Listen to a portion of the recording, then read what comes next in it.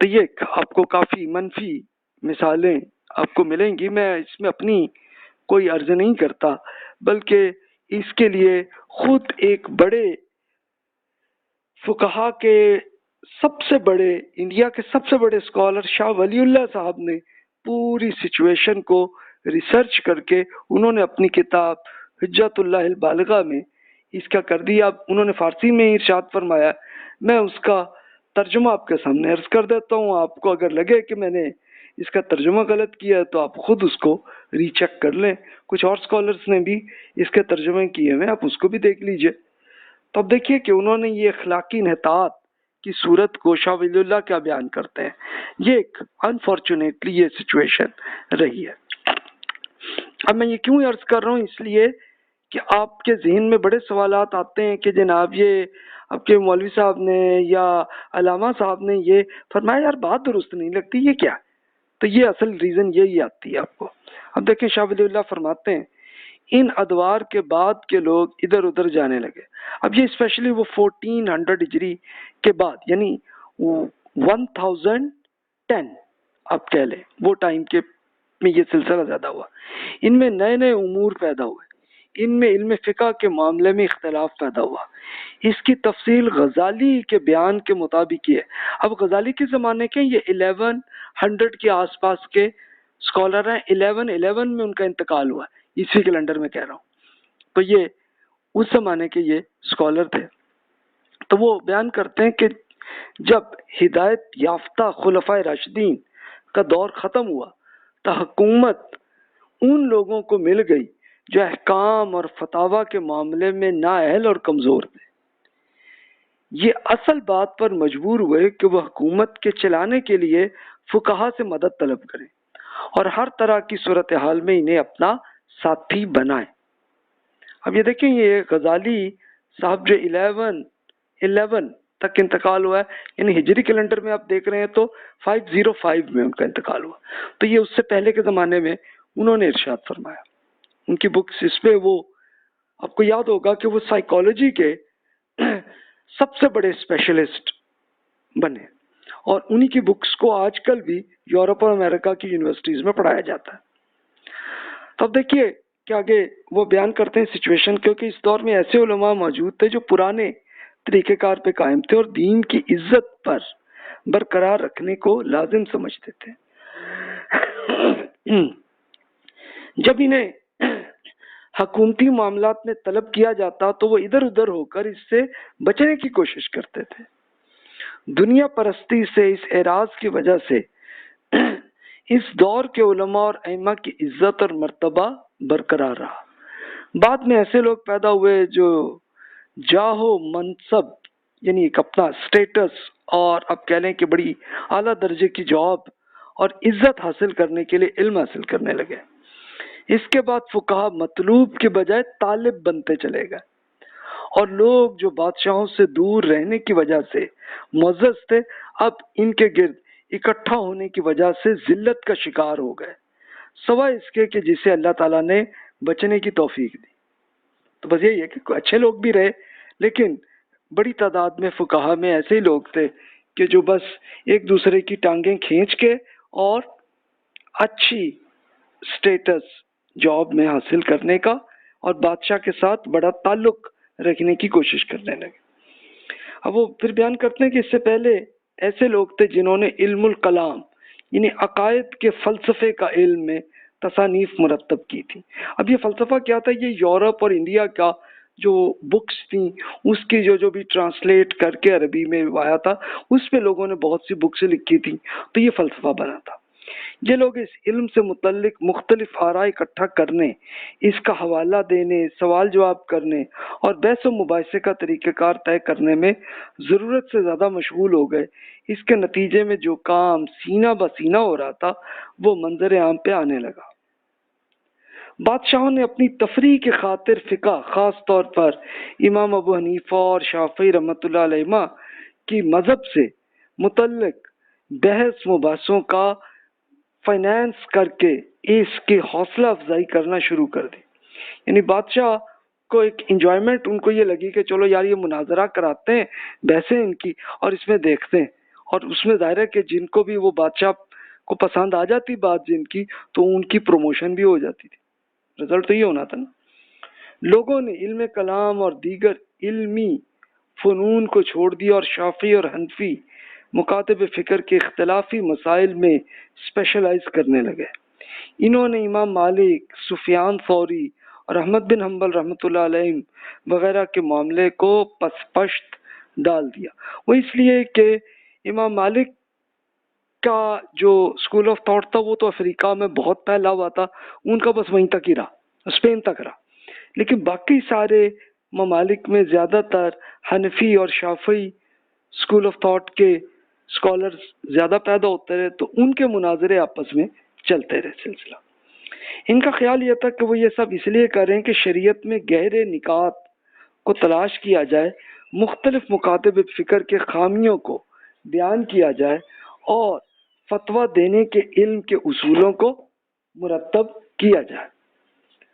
تو ایک جن کی اچھی نیت ہوگی وہ یہی سوچتے ہوں گے کہ چلو بھی دین کو ہم کس طرح سے اس کو پوری ڈیٹیل ہم لائیں ان کو۔ وہ لوگ اس معاملے میں نتائج اخذ کرنے اور تصنیف اور تالیف میں ضرورت سے زیادہ مشغول ہو گئے۔ اس میں انہوں نے بہت سی اقسام کی بحث و مباحثے اور تصنیفات مرتب کی اور آج تک یہ اسی کام میں مشغول ہے۔ ہم نہیں سمجھتے کہ اللہ تعالیٰ کے دین کو نازل کرنے کا مقصد یہی تھا کہ جو کچھ بعد کے ادوار میں ہوتا رہا، بہرحال ایسا ہی ہوا اور ہوتا رہا۔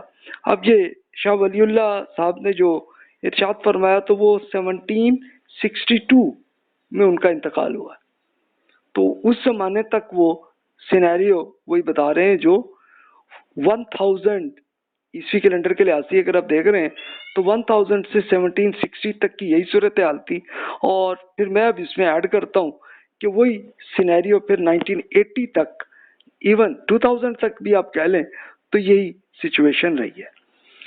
اب مزید دیکھیے شاہ ولی اللہ مزید وہ بیان کرتے ہیں، ان میں بعض لوگ تھے جو اندھی تقلید پر مطمئن ہو گئے تھے، لاشعوری طور پر تقلید چونٹی کی رفتار سے ان کے سینوں میں سرایت کرتی چلی گئی۔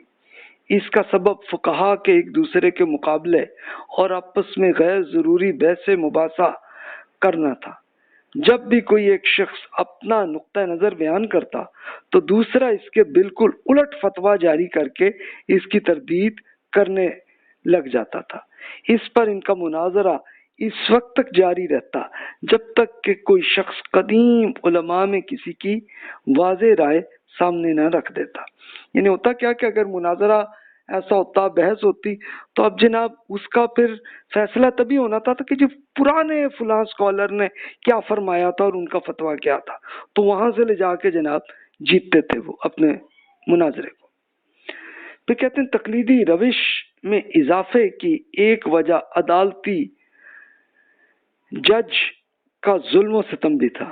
جب قاضیوں نے غیر منصفانہ فیصلے کرنا شروع کر دیے تو وہ پیشہ ورانہ دیانتداری چھوڑتے چلے گئے، تو ان فیصلوں کو قبول نہ کیا جانے لگا جو اس سے پہلے کیے گئے عدالتی فیصلوں کے مطابق نہ تھے۔ اب یہ بھی ہوا، پھر اب یہ جو جج تھے یہ بھی وہی فقہائی تھے نا، تو انہوں نے یہ حرکتیں شروع کی۔ پھر تقلیدی روش میں اضافے کی ایک اور وجہ لوگوں کے مذہبی رہنماؤں کی جہالت بھی تھی۔ لوگ ان لوگوں سے فتویٰ طلب کرنے لگے جنہیں نہ تو حدیث کا علم تھا اور نہ ہی تخریج کے طریقہ کار۔ یعنی تخریج کیا ہے کہ پہلے سے موجود قوانین کو نئی صورتحال پر منطبق کرنے کا طریقہ کار، یعنی یہ وہی پروسیجر تھا ان کا، تو اس کا علم ان کو نہیں تھا، تو وہ تب بھی جناب فتویٰ دے بیٹھتے۔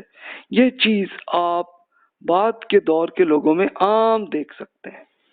ابن حمام وغیرہ نے اسی پر متنبہ کیا کہ یہ وہ وقت تھا جب غیر مجتہد لوگ فقیہ کہلانے جانے لگے تھے۔ ان میں سے وہ لوگ بھی تھے جنہوں نے ہر فن میں ضرورت سے زیادہ گہرائی میں جانے کی کوشش کی۔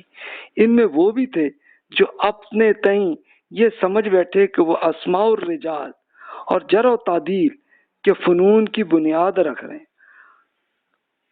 اسماء الرجال، یہ کہ پرانے جو بھی بڑے بڑے جو اسکالر ہیں ان کی ببلیوگرافی، یہ اس کا علم ہے.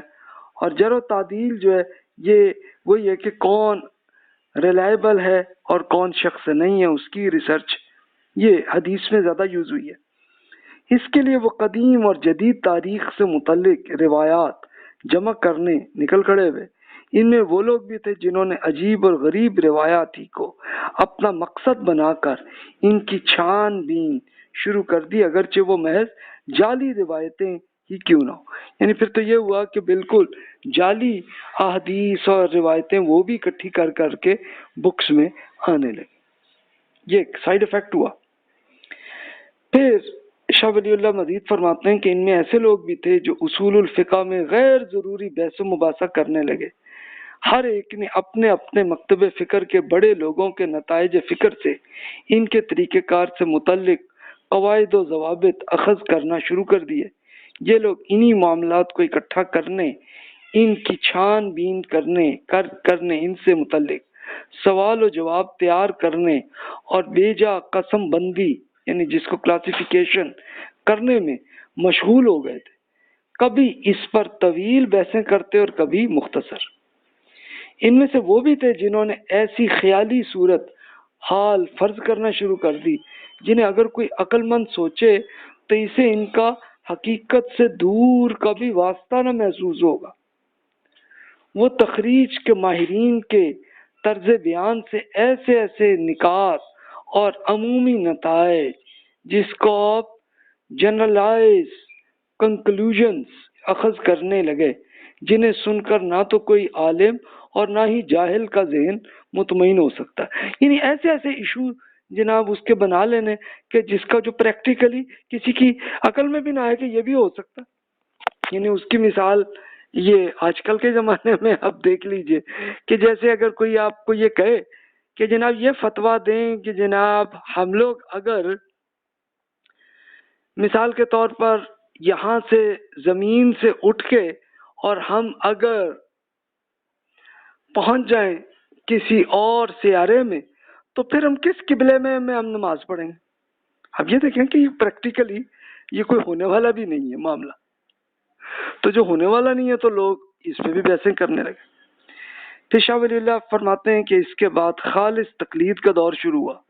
اب لوگ نہ تو حق اور باطل میں فرق نہ کرنے لگے اور نہ ہی احکام اخذ کرنے اور ان پہ بحث و مباحثہ کرنے میں کوئی تفریق کرنے لگے. اب فقیہ اس شخص کا نام ہو گیا جو زیادہ بولتا اور غیر محتاط طریقے سے بحث کرتا ہو. قدیم علماء کے مضبوط اور کمزور آراء میں کسی فرق کے بغیر یاد کر لے، اسے پورے جوش و خروش کے ساتھ بیان کر دے. محدث اس شخص کو کہنے لگے، محدث وہ جو حدیث کے اسکالرز تھے، تو اب ان کو اب یہ سمجھنے لگے کہ جو صحیح اور کمزور ہر طرح کی حدیث کو یاد کر لیں اور انہیں بغیر سوچے سمجھے زور و شور سے اپنی جبڑوں کی طاقت سے بیان کر کے لگ جائے. میں یہ تو نہیں کہتا کہ ہر شخص ایسا ہی ہو گیا ہوگا، لیکن اللہ کے بندوں کا ایک طبقہ ایسا بھی ہے کہ جسے ایسے لوگوں کی جہالت سے کوئی نقصان نہیں پہنچتا. یہ لوگ اگرچہ تعداد میں کم ہوں لیکن زمین میں اللہ کی حجت ہوا کرتے ہیں. اب دیکھیں شاہ ولی اللہ رحمۃ اللہ علیہ نے 1762 میں انتقال ہوا، تو اس سے پہلے انہوں نے یہ لکھی تھی بک. تو اس زمانے کی سینیریو جو انہوں نے بیان کیا یہی سینیریو 2000 تک رہا ہے. لیکن پھر بھی انشاءاللہ اچھے لوگ پھر بھی رہے ہیں، ہر ٹائم میں رہے ہیں اور وہ کرتے رہے. لیکن پھر یہ ہوا، اب یہ جو بڑی انٹرسٹڈ بات تھی کہ جبڑوں کی طاقت سے بیان کرنا، تو اس کے لیے آپ خود سینیریو اگر دیکھنا چاہیں تو یوٹیوب میں آپ کسی مناظرے کو دیکھ لیں. مناظرہ کر کے آپ سرچ کریں گے نا تو پھر آپ دیکھیں گے کہ کس طرح ایک دوسرے کے ساتھ ایک دوسرے پہ جگتیں بھی چل رہی ہیں، ایک دوسرے پہ جناب گالیاں بھی چل رہی ہیں، اور وہ سب کچھ بھی چل رہا آپ کو نظر آئے گا. یہ وہی ایک لطیفہ بلکہ ایک حقیقت یہ سامنے آیا تھا کہ ایک بار یہ اب سے کوئی 40-50 سال پرانی بات ہے کہ ایک کسی گاؤں میں ایک میلہ بنایا تھا. تو اب وہ جن صاحب نے بنایا انہوں نے کہ مارکیٹنگ کے لیے پورے ایڈ مختلف گاؤں میں وہ جناب کر دیے تھے، لکھ دیے تھے. اب اس میں اب ظاہر ہے کہ ایک انجوائمنٹ کے لیے تھا نا یہ میلہ جو ہے، تو اس میں انہوں نے کہا کہ جناب ہمارے اس میلے میں پہلوانوں کی کشتی ہوگی، کتوں کا آپس میں لڑائی جو ہے وہ بھی ہوگی اس میں، اور مولویوں کے مناظرے بھی ہوں گے. تو یہ اب ایڈ میں انہوں نے لکھ دیا. تو آپ امیجن کریں اس طرح کی سچویشن انفارچونیٹلی ہو گئی تھی. لیکن شاہ ولی اللہ نے یہ صحیح فرمایا کہ پھر بھی ہر ٹائم میں اچھے لوگ بھی گزرے.